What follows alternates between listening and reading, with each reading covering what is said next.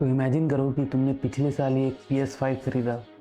अब यूजुअली क्या होता है टेक में कि टेक एक डेप्रिसिएटिंग एसेट होता है, मतलब उसकी प्राइसेस कम हो जाती है।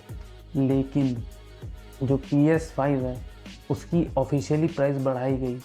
वो पहले आता था 55,000 रुपीज़ का, जो कि डिस्क वाला वेरिएंट था।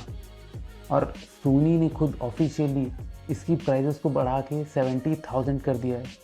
तो क्या कभी तुमने ऐसे टेक में कभी देखा था कि किसी फ़ोन की वैल्यू बाद में बढ़ गई हो लॉन्च के बाद? आईफोन 17 का एग्जांपल ले लेते हैं कि आईफोन 17 जैसे लॉन्च हुआ, अब उसके प्राइस से ज़्यादा महंगा तो तुम्हें कहीं नहीं मिलने वाला कभी। लेकिन PS5 के साथ ऐसा नहीं है। PS5 15,000 रुपये महंगा हो गया, जो उसका डिस्क वाला वेरिएंट है। इमेजिन करो कि पिछले साल तुमने एक PS5 खरीदा और उस टाइम पे तुम्हें किसी ने कहा होगा कि क्या भाई ये बच्चों वाले शौक पाल रहा है, एक गेमिंग कंसोल वगैरह खरीद रहा है, ये तो बेकार है। अगर गेम ही खेलना है तो अपने फ़ोन में खेल ले या पीसी में खेल ले। तो अब जाके तुम उसे तमाचा मार सकते हो भाई, क्योंकि अब उस PS5 की वैल्यू 15,000 रुपये से बढ़ गई है। अगर तुम उसे सेकंड हैंड भी बेचने जाओ तो तुम इसे आराम से 60,000 का भी बेच सकते हो, अगर उसकी कंडीशन बहुत बढ़िया है तो। अगर तुम्हारे पास बिल बॉक्स वारंटी वगैरह सब कुछ है तो तुम उसे डेफिनेटली 60,000 रुपये तक तो बेच ही दोगे।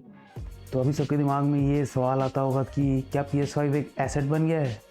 यूजुअली टेक या कार या बाइक्स किसी भी ऐसे सेक्टर में देख लो, तो अगर तुम कोई चीज़ खरीद लेते हो तो उसकी वैल्यू धीरे धीरे डिग्रेड होती है, यानी कि उसकी वैल्यू धीरे धीरे कम होती जाती है। ये सब एक लाइबिलिटीज़ के कैटेगरी में आता है। सोनी ने इसके प्राइजेस को ऑफिशियली इसीलिए बढ़ाया है क्योंकि अभी ग्लोबल चिप शॉर्टेज चल रही है।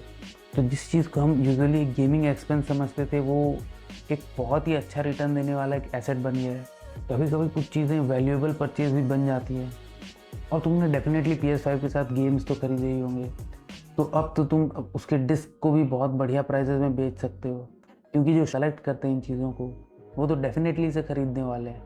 अगर तुम पे कोई बढ़िया डिस्क पड़ी है तो तुम इसे अच्छे दाम पे बेच सकते हो।